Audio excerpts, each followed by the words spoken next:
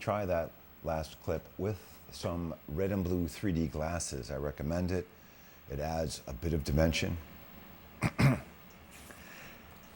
Now, with all that overloading of the senses, the next clip we have, this is going to be a 7-minute clip, so again, don't fall asleep, try to make it through. We have still a smorgasbord of material remaining until the end of the show. This next clip is about nothingness, and it's a presentation of different clips of the late great Alan Watts. All the stars.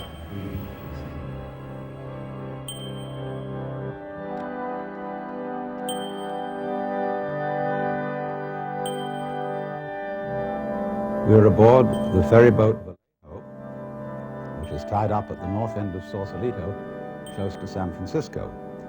And this is where I live. And you may think this place is rather weird. But that's because I've always loved weird things. I remember when I was a little boy, people used to say to me, "Alan, you're so weird. Why can't you be like other people?" Well, I thought that was just plain dull, like having the same thing for dinner every day. And as is well said, variety is the spice of life.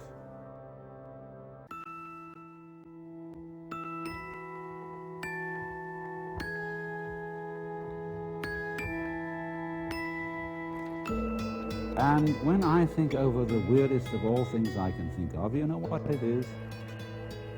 Nothing. Tagung, the great emptiness. The whole idea of nothing is something that has bugged people for centuries, especially in the West. Because we have a saying in Latin, ex nihilo nihil fit, which means that out of nothing comes nothing. You can't, in other words, get something out of nothing. And it's occurred to me that this is a fallacy of tremendous proportions that lies at the root of all our common sense, not only in the West, but in many parts of the East as well. And it comes up as a kind of terror of nothing, a put down on nothing, on everything to do with nothing, everything associated with nothing, such as sleep, passivity, rest. What has struck me is that nothing, the negative, the empty, is exceedingly powerful. Nothing is more fertile than emptiness. I would say, not ex nihilo nihil fit, out of nothing comes nothing, but I would say you can't have something without nothing. So how do we basically begin to think about the difference between something and nothing? I can say, there is a cigar in my right hand and there is no cigar in my left hand. And so we get the idea of is here and isn't or empty here. But behind that, of course, lies the far more obvious contrast of solid and space. Now, we tend to think of space as nothing. When we talk about the conquest of space, there's a little element, notice, of hostility in that phrase. But actually, we're talking about the conquest of distance. Space as such, that is to say, whatever it is that lies between the Earth and the Moon and the Earth and the Sun, is considered to be just nothing at all. But to suggest how very powerful and important this nothing at all is, let me point out to you that if you didn't have space, you couldn't have anything solid. To begin with, without space outside the solid, you wouldn't know where the solid's edges were. For example, you can see me on the camera because you see a background here and all around me, and that background shows up my outline. It's, for example, difficult to see a hand unless there is a contrasting background.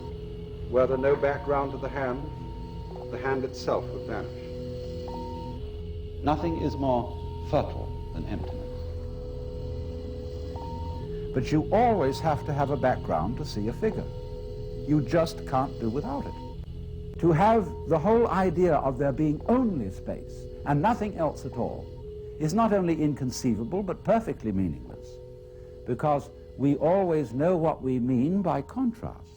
We know what we mean by white in comparison with black. They must come into being together. Because of the inseparability of these opposites, they always go together. This, as it were, hints at some kind of unity which underlies them.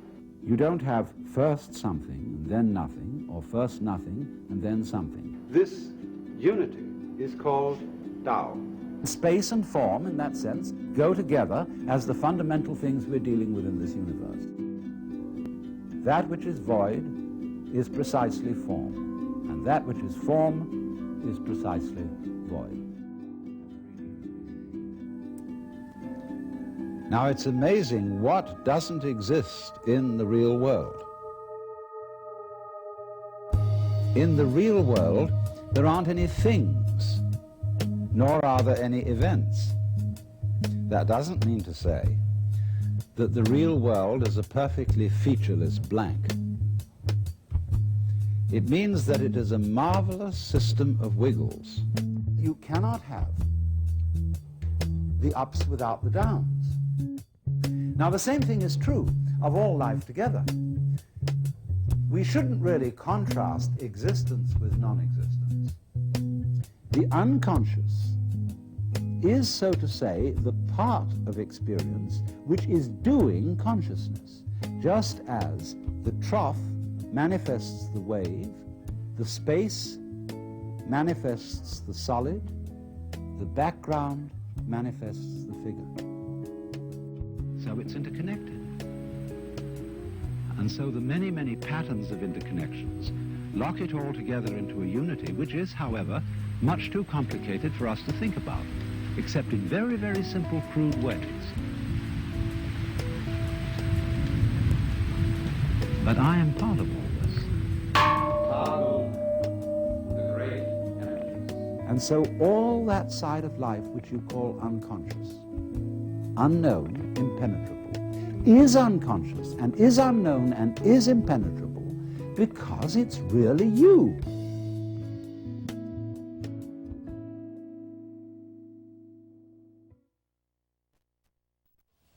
Thank you, Alan.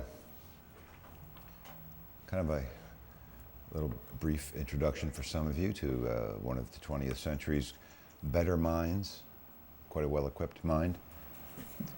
He made a lifelong study of Zen and what became the psychedelic world. Our next clip is of a gentleman named Dr. Robert Wood, whom was, he's a retired assistant director from Lockheed Martin, which is an aerospace company, and I guess he was there in the 60s into the 70s. And I just want you to see him talk. He's going to be talking about UFOs and his company's involvement with certain types of research. And just by listening to him, if you think he's legit and trust what he's saying, you can start to get a picture for what the real history of the 60s and UFOs was. Because now it's kind of moot. You know, all the technology's been reverse engineered and developed and given back to the people in the form of the internet and night vision, and we all can see these things, which the things I'm showing you certainly aren't the entirety of what's out there flying around. There are lots of other various shapes and styles of a thing. All of these obviously the government must be aware of, because they had the hardware before we did, the citizens. So we start to understand also government and politics, that we are kind of subjects of the government, and we no longer really have the government working for us, the people. I don't want to get political, but people need to realize that's reality now. The world has changed, unfortunately. But at least we still have an internet. We have some semblance of free speech, and we can do our own digital research. But just check this guy out. He's a little bit old school, but he's quite interesting. Dr. Robert Wood, retired assistant director, Lockheed Martin. Take it away.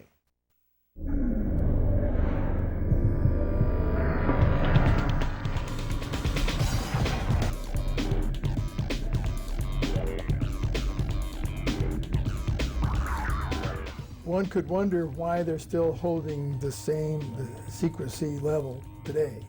And in my opinion, the arguments are not nearly as strong as they were in 1942 or so. But there are still some good technology reasons that we do not want our terrorist enemies to have advantage of the latest technology.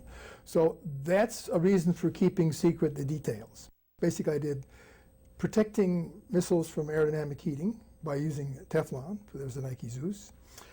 I developed techniques for discriminating reentry vehicles from decoys provided by the Soviet Union. I managed the research and development program of the company, and I applied advanced technology to the International Space Station. So I had a really fun career. I got exposed to my boss, who was in charge of the research and development, and he said, I got to give a briefing tomorrow. I got to tell the Air Force how we go to orbit and back in 10 years hence. And what should I tell them? So I, just as a joke, I said, well, Ray, why don't we tell them how the alleged UFOs do it? And he said, hey, that's a great idea. Why don't you work that out? So that's when I read my first UFO book. And after I'd read 3 books, I decided this was a real hobby, and then I read 50 books. And after a while, I wound up going to my management and telling them, you know, you're not going to believe this, but the UFOs are clearly coming from someplace else. They're clearly manned or humanoided. And the only question is whether we're going to figure out how they work before Lockheed or after. And so as a result of that, the company at that time, which has now, of course, been bought by Boeing, over several years put in about $500,000 worth of research effort under my direction to study gravity control techniques and also analyze UFOs. We hired Stan Friedman, and he was very, very effective. We hired a police detective to interview witnesses, abductees, and we had experimental work and theoretical work. So it was kind of a fun project. And that's kind of a long answer to the question of how I got involved in UFOs. One could ask you, well, why do you need to keep secret the fact that we're being visited by multiple races, which is actually is, in my opinion, the case. It's more than just 1 or 2. It's half a dozen or so. Why do we try to keep that secret? And the answer is, I think that there's a group of people, maybe renamed, called the Majestic 12 Committee, that meet in some chalkboard in the Pentagon every so often, perhaps. Maybe not in the Pentagon. Maybe they don't have access to the Pentagon. But then they put all the reasons why we should tell the public on one side of the blackboard and all the reasons why we shouldn't on the other.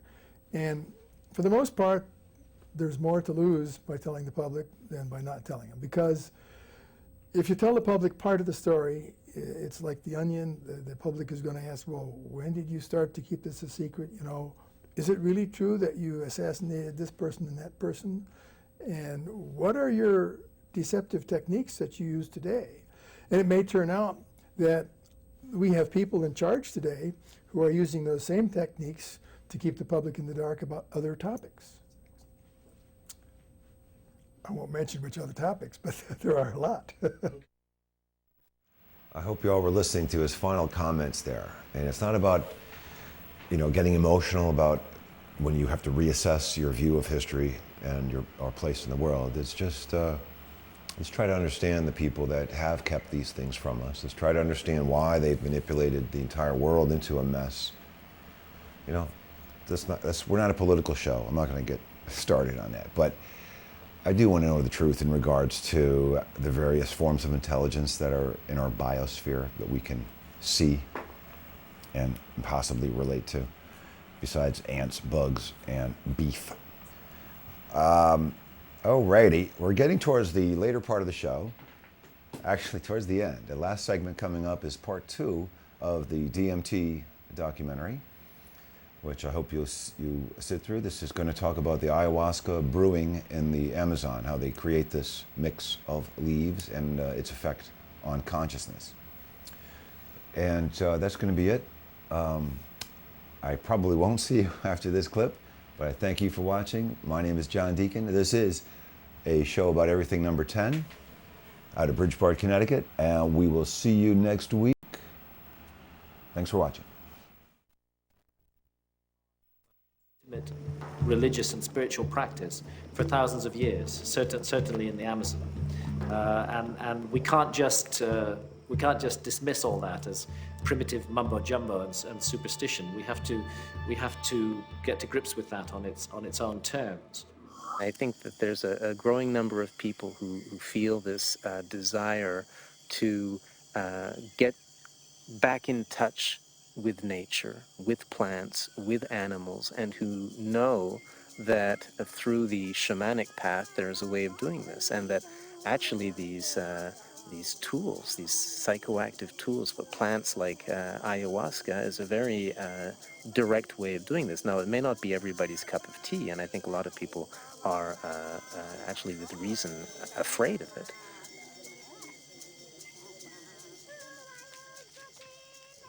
I think like a lot of people in my generation, I first heard about DMT through Terence McKenna. It was a very funny way to become aware of such a powerful and interesting and anthropologically rich topic as a compound like DMT, because it really became more, it was almost more of a concept than something that people were necessarily taking. The DMT flash makes it clear that disembodied consciousness is a possibility. I think that the whole tension of history and the tension of life seems to be about the shedding of the body. Terence was he was a good promoter. Basically, he said it's the ultimate metaphysical reality pill. And even though it's not a pill, but I thought that was a pretty good characterization after I took it. It seemed to be of a different order than LSD and mescaline and some of the other things that were around. DMT really did seem to be a whole other level of experience.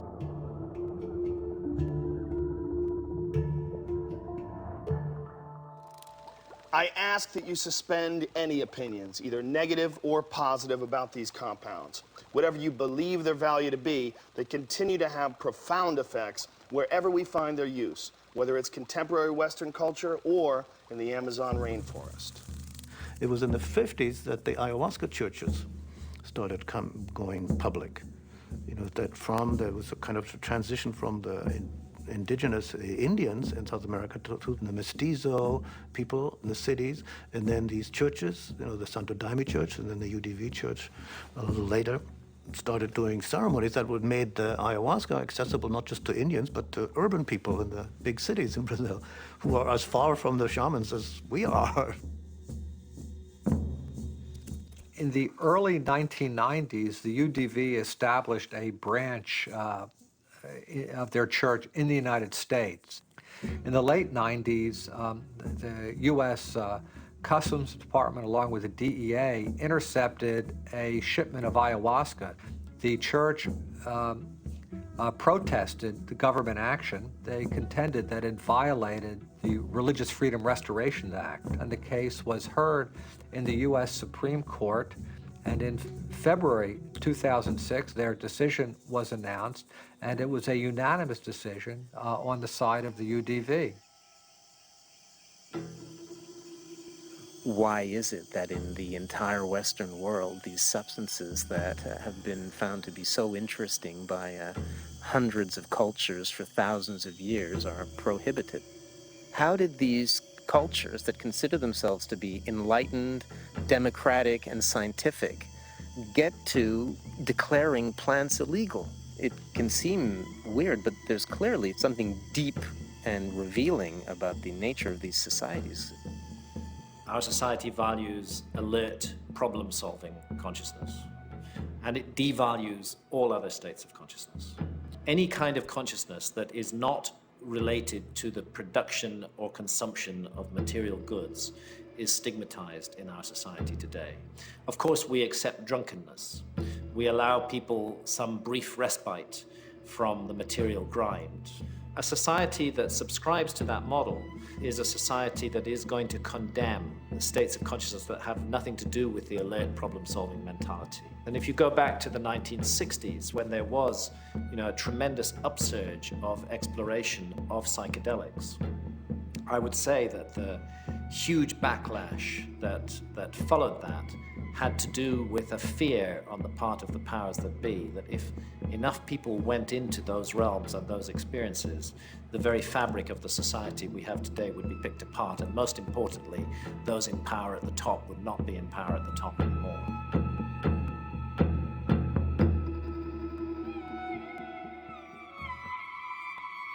There was an optimism that was ungrounded, that Vietnam was happening, that all this real stuff was going on, and that the psychedelic movement wasn't really addressing that in a real way, and that Timothy and that bunch sold us a false bill of goods that didn't really work.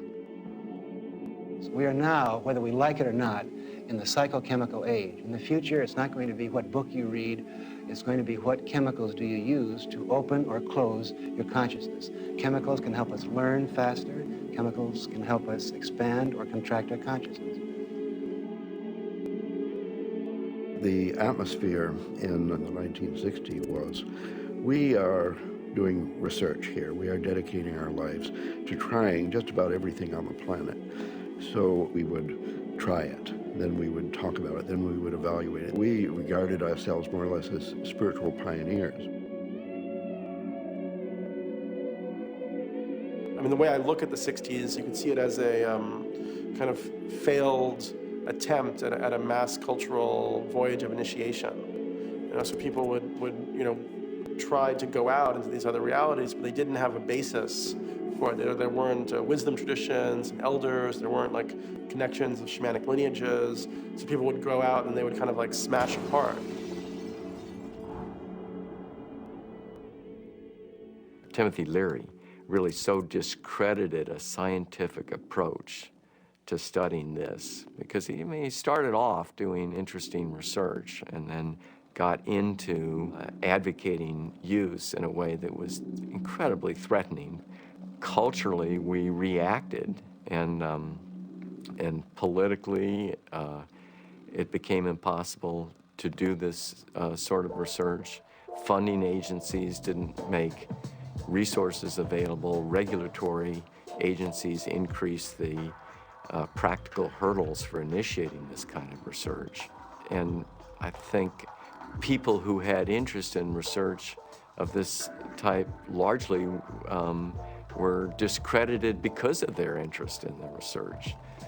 Social, political, scientific issues that came together pushed these drugs out of the scientific marketplace.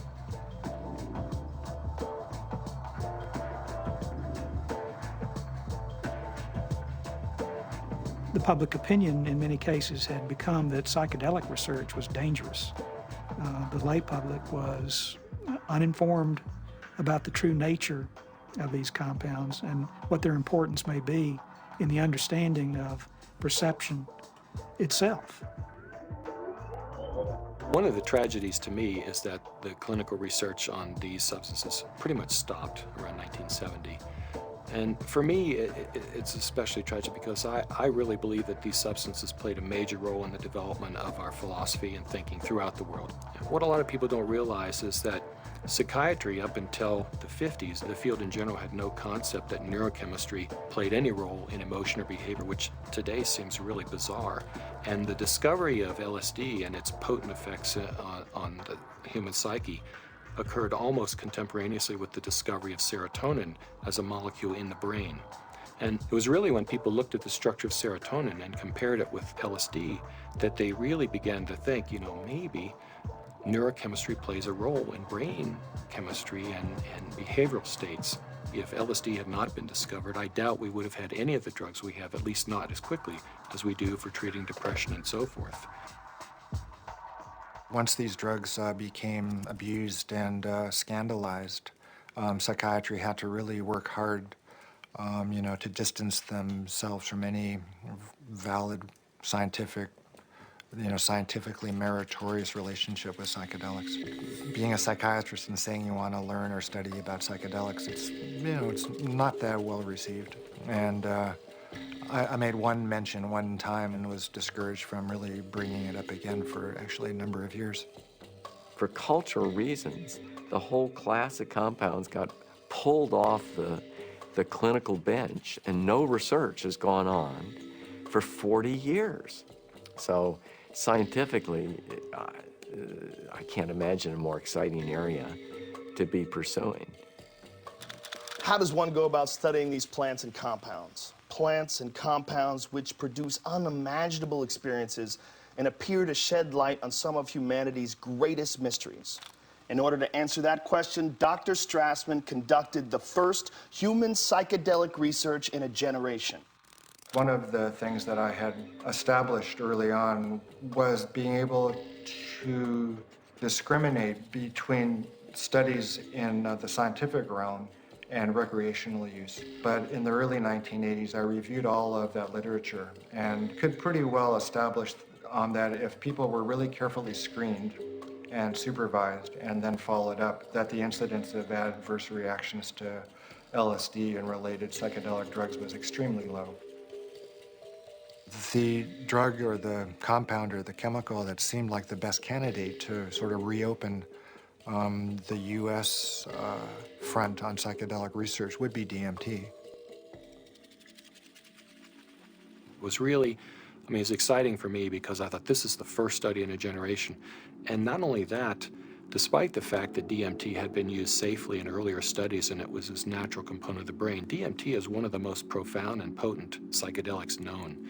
So it wasn't just an initiation of clinical research, it was a reinitiation of clinical research with an extremely potent drug. I was of the strong opinion that you could do these studies, and Rick agreed. So we had a number of discussions, and at some point the discussion came up, Dave, what if I do all this paperwork and spend all this time and get to the end of things and I'm ready to go and I can't get the DMT? And that was a real possibility because DMT, clinical grade DMT, wasn't a chemical you could just buy off the shelf somewhere. And I told Rick, if you get to that point and no one will make it, then I'll do it. And ultimately, Rick got to that point, and I made it.